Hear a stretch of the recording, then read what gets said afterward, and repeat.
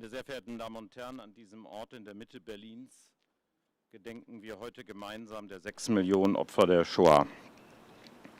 Wir gedenken der jüdischen Männer, Frauen und Kinder, die ermordet wurden von Deutschen, auf Befehl von Deutschen, mit dem Wissen von Deutschen. Als deutscher Außenminister stehe ich hier mit Entsetzen und Scham.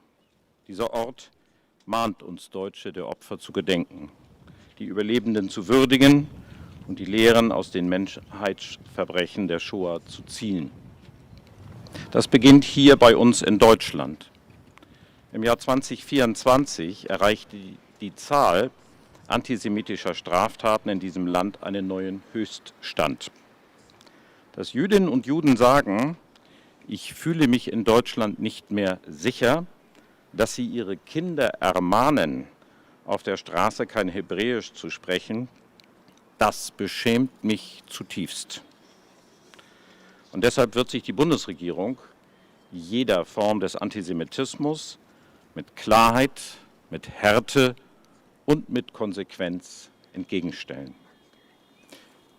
Lieber Gideon, dass du heute hier an meiner Stelle stehst, ist alles andere als eine Selbstverständlichkeit. Nach dem Menschheitsverbrechen der Shoah verbindet Israel und Deutschland eine einzigartige Freundschaft. Ich bin dir zutiefst dankbar, dass wir den Weg der Versöhnung zwischen unseren Ländern gehen durften. Ich bin dankbar, dass wir auf diesem Weg so weit vorangeschritten sind.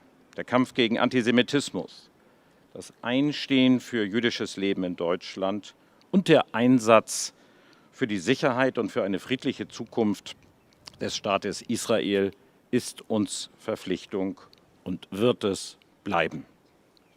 Vielen Dank.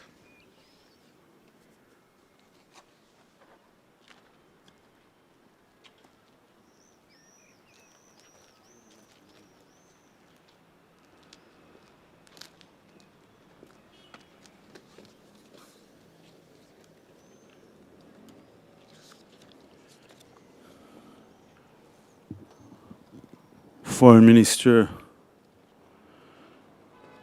of Germany, Johann Wadepool, dear friend, ladies and gentlemen. I stand here 80 years after the end of the Holocaust. I stand in a place which enshrines the memory of 6 million murdered Jews of Europe. 80 years have passed. With heavy heart, I say today that the lessons seems to have been forgotten. Anti-Semitism is raging today unchecked in the world and especially on European soil. In Germany, there is an anti-Semitic incident once every hour. 8,600 incidents in 2024, 77% increase. Today in Europe, today in Germany, Jewish people are afraid. They are afraid to wear a kippah. They don't feel safe in public. Students are staying away from campus. Jewish institutions are heavily guarded. This cannot be normalized. The anti-Semitism of 2025 has many shades. Anti-Semitism rooted in racism is present on the far right. Anti-Semitism is also among the leftist elites. They demonize and delegitimize the state of the Jewish people. Their perception is as if Israel's sovereignty in its historic homeland is a colonial phenomenon. In the Middle East, human rights are being brutally trampled everywhere. Yet, they always want to shame the only democracy in the Middle East. A country surrounded by enemies seeking its elimination, that has never abandoned the path of democracy, and this is Israel. The country in which Arabs enjoy full human and civil rights. Anti-Semitism is, of course, thriving also among radical Islamists. They call for the elimination of the Jewish state from the river to the sea.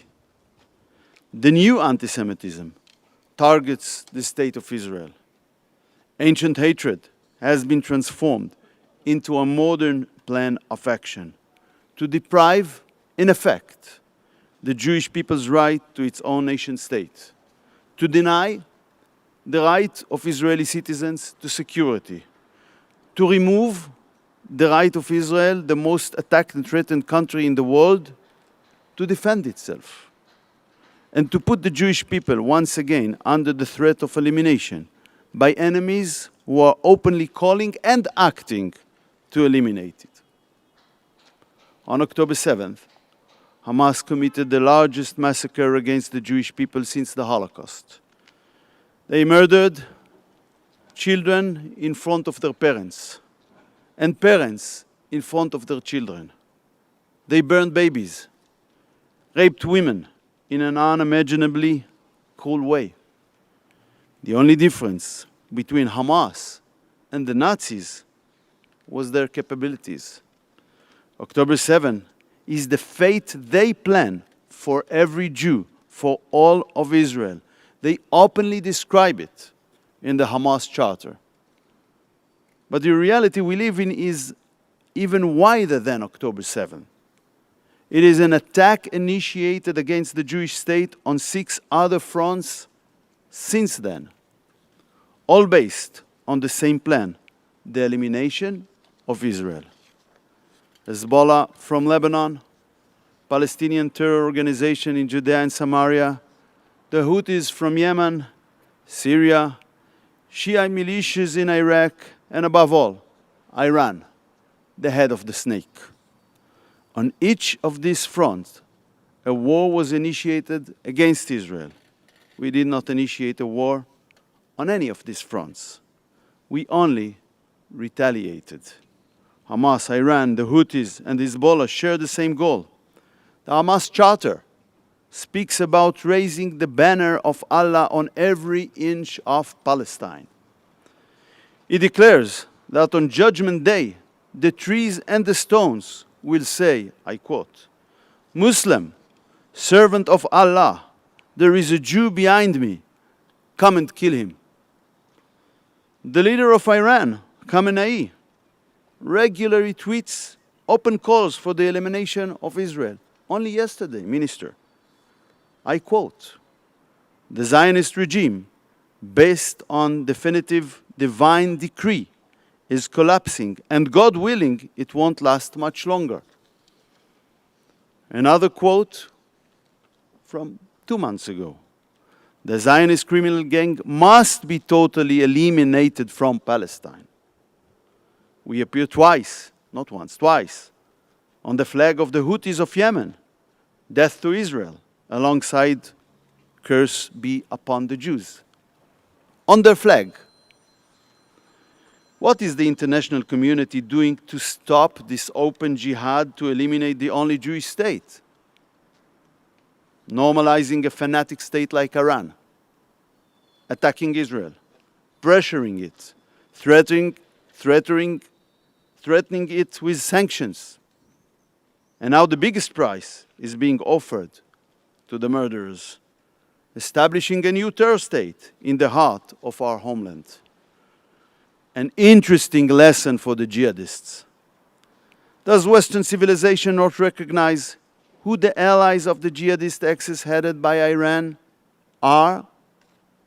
Have the democratic nations lost the ability to define who is friend and who is foe? Who fights for the way of life? Who threatens it?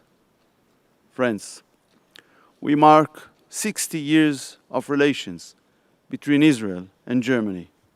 This will always be special relations. The historic, at the time controversial decision made by David Ben-Gurion has now become a consensus. These relations are not one-sided. We believe that we can contribute to the security of Germany no less than Germany can contribute to our security. We seek to defend ourselves by ourselves. We need the tools and the means to do so.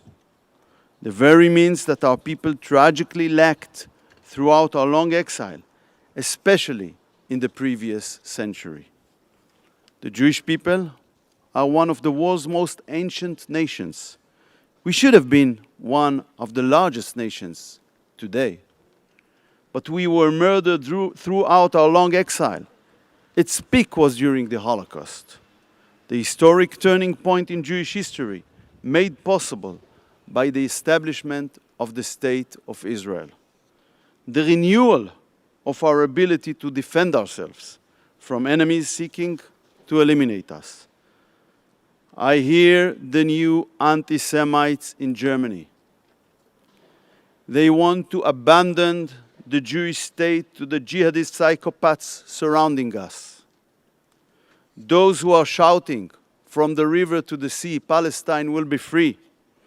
I understand that they seek special relations, not with us, not with Israel, but instead with the successors of Mufti Haj Amin al-Husseini, Hitler's ally.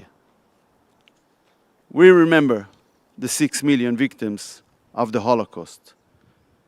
It is etched into our memory, the memory of every Jew, the horror, the helplessness,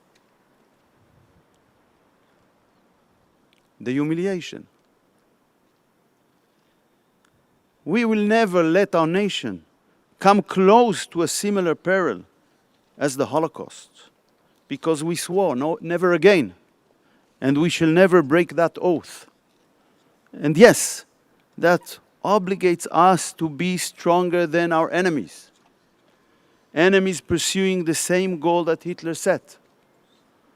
I am proud to stand here as Israel's foreign minister, giving a voice to the once voiceless of a proud, flourishing, sovereign Jewish state. May these words be in the blessed memory of Rivka and Razel, the sisters of my late grandfather David, that were murdered on the European soil, simply because they had no one to protect them. Am Yisrael Chai.